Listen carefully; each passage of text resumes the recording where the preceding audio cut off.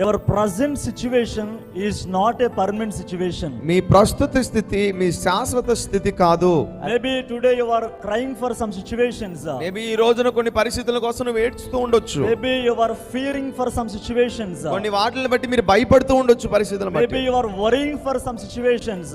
కొన్ని పరిస్థితులను బట్టి మీరు ఆదరణ చెందుతూ ఉండొచ్చు. But I tell you, your present condition is not your permanent condition. నేను మరొకసారి చెప్తున్నాను, నీ ప్రస్తుత స్థితి నీ శాశ్వత స్థితి కాదని. By looking at your situations and circumstances, don't come to a conclusion, but God has a solution.